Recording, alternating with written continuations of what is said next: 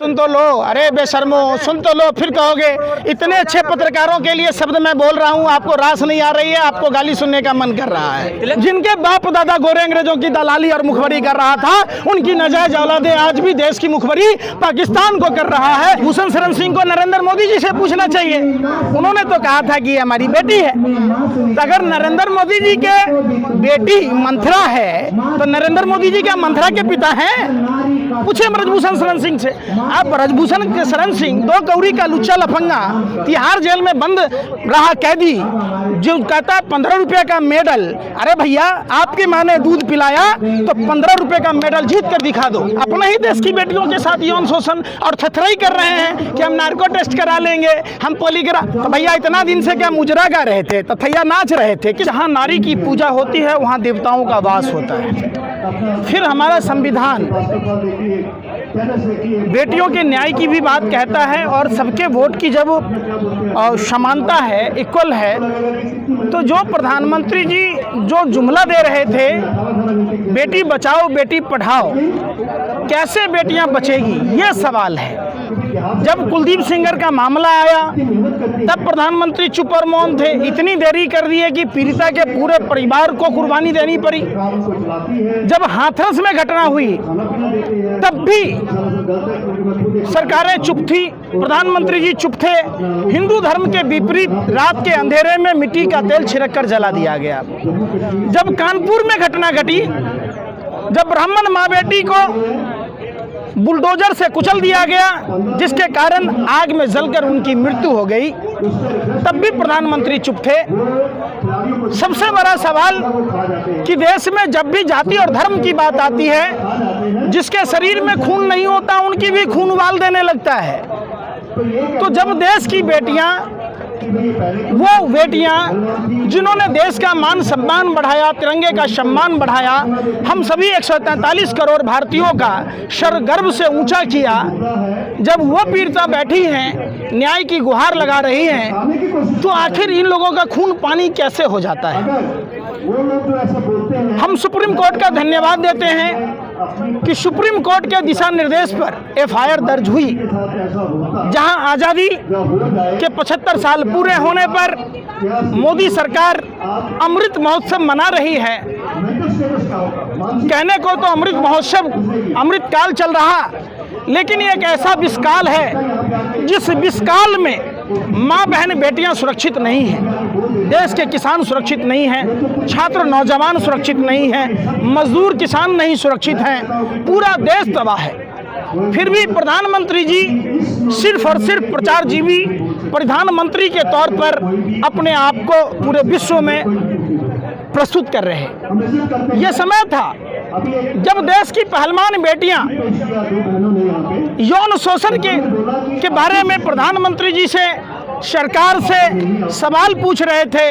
वहां एक तरफ तिहाड़ जेल में बंद कैदी जिसके दाऊद के साथ संबंध थे, जिन्होंने दाऊद के शूटरों को ठहरवाया था, जो तिहाड़ में बंद था, उस तिहाड़ी के सम्मान में पूरी सरकार, और तिहाड़ी कहता है कि जब मैं बोलूँगा तो भूचाल आ जाएगा, और उस भूचाल के डर से पूरी की पूरी सरकार गूंगी और बहरी हो जाती है। मानो सत्ता का फेविकॉल इनके गले में अटक गया हो, ये गूंगे हो गए, बहरे हो गए, अंधे हो गए। मांझी के शहर से आप आए हो, इन बेटियों के लिए क्या पैगाम लाए हो? देखिए, बेटियां तो बेटियां हैं, बेटियां मेरी हो या आपकी हो, ये हिंदुओं की हो या मुसलमानों की हो, अगर इनके साथ यौन शोषण होता है तो आपको उसका विरोध करना चाहिए। देश में लगातार ये देखा जा रहा, अगर यही बेटियां पाकिस्तान में जन्म ली होती तो भाजपा RSS के लोग नंगे सड़कों पर चल रहे होते, तांडव कर रहे होते, पाकिस्तान में हिंदू बेटियों के साथ खतरा। यही बात मीडिया के लोग करते। लेकिन आज बड़े दुर्भाग्य की बात है, या आरोपी कोई मुसलमान होता, भाजपा का कोई कदावर नेता नहीं होता, तब भी मीडिया नागिन डांस कर रही होती। यह सवाल है कि आखिर मीडिया के लोग चुप और मौन क्यों हैं? क्यों मीडिया के लोग अपने यहाँ डिबेट नहीं चलाते हैं? खास करके उन महिला पत्रकारों से भी जो पत्रकारिता जगत में हैं, जो मीडिया हाउसेज में काम कर रहे हैं। मैं उन सब से हाथ जोड़कर विनती करता हूं कि आप पत्रकार का धर्म अदा कीजिए। जो पत्रकारिता के धर्म है, आप लोकतंत्र के चौथे स्तंभ कहे जाते हैं, फिर भी सत्ता की दलाली में आप चुप और मौन रहते हैं। देश में बहुत सारी ऐसी समस्याएं हैं जिन समस्याओं पर मीडिया को सवाल करना था, लेकिन मीडिया के लोग सरकार के साथ गलवहियां कर रहे हैं। जिस तरीके से पहले राजा महाराजा भान रखता था राजा का गुण गाने के लिए, आज मीडिया हाउस के लोग सरकार की गुणगान कर रहे भांड की तरह। जितना झुमका नहीं गिरा बरेली के बाजार में, उतना भारतीय जनता पार्टी की सरकार में मीडिया का स्तर गिर गया। सवाल है कि आखिर इन बेटियों के इंसाफ की बात कब करेंगे प्रधानमंत्री? जो प्रधानमंत्री जी लगातार कह रहे, एक बार फिर प्रधानमंत्री जी महिला राष्ट्रपति जी का अपमान कर रहे हैं। आर्टिकल 79 के अनुसार राष्ट्रपति जी को नए संसद भवन का उद्घाटन करना था। चूंकि वो आदिवासी समाज से हैं, पीछे भी आप सबने देखा होगा रामनाथ कोविंद जी दलित समाज से थे, राम मंदिर का शिलान्यास नहीं करने दिया गया। जबकि वैवाहिक जीवन वाले लोगों को अपने पत्नी के साथ शुभ कार्यों में भाग लेना होता है। प्रधानमंत्री जी ने अपने जसोदाबेन जी को ना बिठाकर, अब वो रामनाथ कोविंद जी अपने पत्नी के साथ बैठ सकते थे, शिलान्यास कर सकते थे, लेकिन वो दलित थे, इसलिए उनको राम मंदिर का शिलान्यास नहीं करने दिया गया। द्रौपदी मुर्मू जी चूंकि आदिवासी समाज से हैं और महिला भी हैं, तो ये संविधान का अपमान है, यह हिंदुस्तान के 143 करोड़ आबादी का अपमान है और ये राष्ट्रपति पद का दुरुपयोग माने अपमान है। ब्रजभूषण शरण सिंह को लेकर अटल जी जब जेल में, उन्होंने कहा कि क्रांतिकारी एक ऐसे ही पैदा होता है, काफी बार जेल जाना होता है। अटल जी ने पत्र भी लिखा था उसको। भाई, अगर नाथूराम गोडसे को आप क्रांतिकारी कहोगे तो भगत सिंह को क्या कहोगे? खुदीराम बोस को क्या कहोगे? सुभाष चंद्र बोस को क्या कहोगे? सुखदेव राजगुरु भगत सिंह को क्या कहोगे? आप सोचो ना। देखो, जो लोग रोटी खाते हैं वो भगत सिंह, सुखदेव राजगुरु, पंडित राम प्रसाद बिस्मिल, ठाकुर रोशन सिंह, अशफाकुल्ला खां जैसे लोगों को क्रांतिकारी मानते हैं। अब जो लोग गोबर को च्यवनप्राश समझकर खाते हैं, उनके नज़र में गोडसे क्रांतिकारी है, तो मैं उनका कह ही नहीं सकता, उसका कोई इलाज नहीं है ना।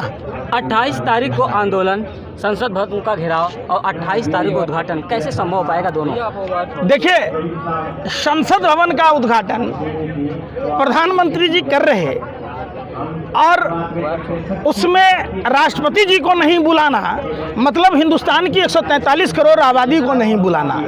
देश का प्रथम नागरिक राष्ट्रपति होता है। एक तो वो महिला है, जहाँ नारी की पूजा होती है वहाँ देवताओं का वास होता है, तो जहाँ नारियों का अपमान होता है वहाँ असुर प्रवृत्ति यानी राक्षस प्रवृत्ति के लोगों का वास होता है। अरे सुन तो लो, अरे बेशर्मो सुन तो लो, फिर कहोगे इतने अच्छे पत्रकारों के लिए शब्द मैं बोल रहा हूँ, आपको रास नहीं आ रही है, आपको गाली सुनने का मन कर रहा है। तिलकधारी जी, आप समझो, आपको उल्टा सुनने का मन कर रहा है तो सुन लो। माँ सुनो तो सुनो, बहन जी सुन तो लो, आप महिला पत्रकार हो। माँ सीता रोई, रावण का सर्वनाश हुआ, लंका विध्वंस हुआ। माँ देवकी रोई, कंस के पूरे साम्राज्य का विध्वंस हुआ और कंस का सर्वनाश हुआ। आपने देखा होगा द्रौपदी ने रोई तो कौरव के सपुत्रों समेत उसके राजपाट का सर्वनाश हुआ। निश्चित तौर पर आज देश की पहलवान बेटियां रो रही हैं, भारतीय जनता पार्टी का सर्वनाश होगा, सत्यानाश होगा। सुप्रीम कोर्ट तो सर ऑर्डर दे दिया है विनेश फोगाट को रामायण की मंत्रा बता रहे हैं। और ये लोग कौन है? रावण है जो भगवा पहनकर है। सुन तो अरे भाई सुन तो रहो ना, बोलिए बोलिए। सुनो, रामचंद्र जी की धर्मपत्नी थी माँ सीता, और माँ सीता का अगर रावण अपने राजसी पोशाक में जाता तो माँ सीता का अपहरण नहीं कर पाता। तो रावण ने भगवा वस्त्र का इस्तेमाल किया। हमने रामायण देखी है और प्रभु श्री राम हम सबके आराध्य हैं। प्रभु श्री राम ने साफ साफ कहा कि हर भगवा पहनने वाला साधु संत नहीं होता। तो आप ये समझ लो कि ये भारतीय जनता पार्टी के लोग जो भगवा 5 चीजों के लिए जाना जाता है, त्याग, तपस्या, बलिदान, क्षमा, परोपकार के लिए जाना जाता है, कैसे इनको नींद आ रही है, कैसे ये 80,000 का मशरूम खाकर 5 लाख का बूथ सूट पहनकर 10 लाख का सूट पहनकर 24 घंटा झूठ पर झूठ, झूठ पर झूठ, झूठ पर झूठ, झूठ पर झूठ बोले जा रहे हैं। क्या कुटुंबकम के बारे में क्या है आपका? देखिए, विश्व वसुधैव कुटुंबकम, आप जब पूरा विश्व हमारा परिवार है तो क्या ये देश की बेटियां हमारे परिवार की बेटियां नहीं हैं? जिसके बारे में प्रधानमंत्री कहते थे ये हमारी बेटियां हैं। और एक बात आपने कही कि विनेश फोगाट के बारे में कि मंथरा है, तो प्रधान ब्रिजभूषण शरण क्या अरे है? भाई तो ये उनका कहना है। सुन तो लो, तो ब्रजभूषण शरण सिंह को नरेंद्र मोदी जी से पूछना चाहिए। उन्होंने तो कहा था कि ये हमारी बेटी है। तो अगर नरेंद्र मोदी जी के बेटी मंथरा है तो नरेंद्र मोदी जी क्या मंथरा के पिता हैं? पूछे ब्रजभूषण शरण सिंह से। आप ब्रजभूषण शरण सिंह 2 कौड़ी का लुच्चा लफंगा तिहाड़ जेल में बंद रहा कैदी, जो कहता है 15 रुपये का मेडल। अरे भैया, आपकी माँ ने दूध पिलाया तो 15 रुपये का मेडल जीत कर दिखा दो, छठी रात का दूध याद आ जाएगा। अरे सुन लो रे भाई, अरे सुन लो ना बोलिए बोलिए बोलिए आप बोलिए। हमारे यहाँ का सुनो, हाँ सुन लो, पहले थोड़ा जगह बनाओ, सुनो पहले पूरी बात। ब्रजभूषण शरण सिंह की, अरे ब्रजभूषण शरण सिंह की माँ ने दूध पिलाया, एक भी पदक जीत के बता दे। और तो और वो कह रहे थे प्रोत्साहन राशि वापस करने की बात।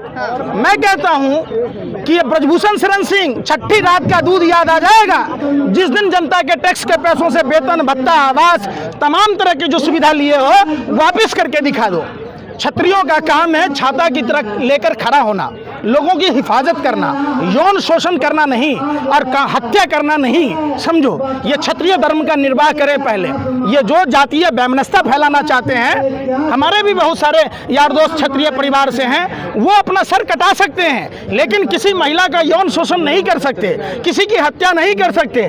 वो हत्या करते हैं विशेष परिस्थितियों में कि जब हमारे मुल्क पर कोई प्रहार करे, जो हमारे राजमार्ग पर जब खतरा मर रहा है। अपने ही देश की बेटियों के साथ यौन शोषण और थथराई कर रहे हैं कि हम नार्को टेस्ट करा लेंगे, हम पोलीग्राफ। तो भैया इतना दिन से क्या मुजरा गा रहे थे, तथैया नाच रहे थे, किस बात का इंतजार कर रहे थे? फिर किया गया ये अभी आप सोचिए, आप जैसे पत्रकारों को दिमाग में क्या भरा है?